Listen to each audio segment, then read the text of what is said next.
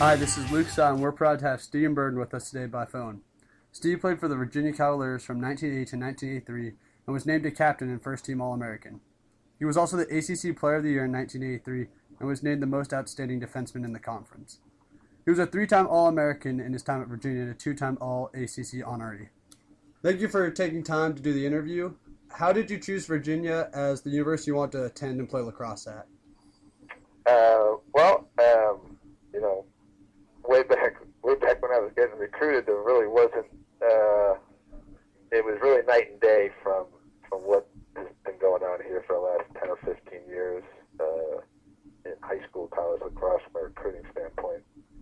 I was actually recruited because another guy who was a year ahead of me was actually getting recruited by Virginia, and he went to my high school and then went to Virginia College, Nassau Community College on Long Island, and was getting recruited to go down to Virginia. And at around the same time, somebody had seen me and mentioned me to the coach at Virginia, and that I was from the same town in high school. So I was actually kind of the player to be named later. So I just kind of was asked to come along on the trip because of another coach's recommendation to the Virginia coach, which was Ace Adams at the time. So, it was really quite lucky for me that happened. I wasn't highly recruited. Even for that time, I was looking at a couple of D1 schools. Navy and Army were looking at me, and Hofstra, Washington and Lee at the time was a D1 program. But so they kind of came after me through another coach. My actual college coach never saw me play, so he would rely on people he trusted in the various lacrosse areas, Baltimore, Long Island, upstate New York, and this gentleman was the coach of a rival team, and he's the one who recommended me. Oh, wow. That's really interesting.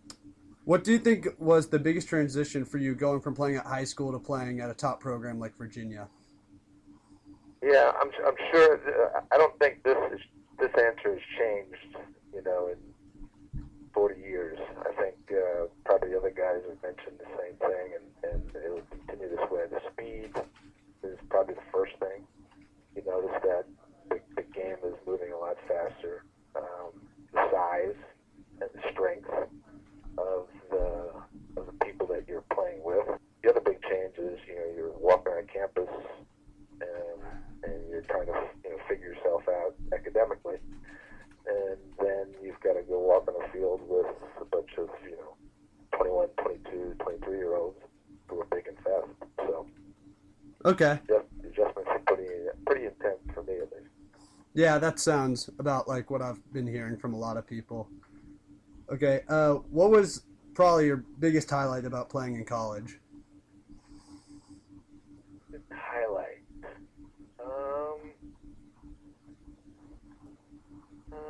Probably the biggest one was I had a few of them. My first year, we beat Johns Hopkins at home in Charlottesville, and Johns Hopkins was number one in the country, had won the national championship 2 years in a row, and had a 25-game winning streak. And their fans came down and painted our field before the game. And at the time, they had a band that would shoot a cannon off, and they would sing a song after every Johns Hopkins goal. So they came down and put JSU number one right by the face-off X on the side of the stands where there was brick behind our bench. So, they were very good, but I think that really sort of put us over the edge, and we were losing for the first probably quarter and a half, and then we had a fantastic guy who was a midfielder of the year. He's a Lacrosse Hall of Famer, John Driscoll, just took over the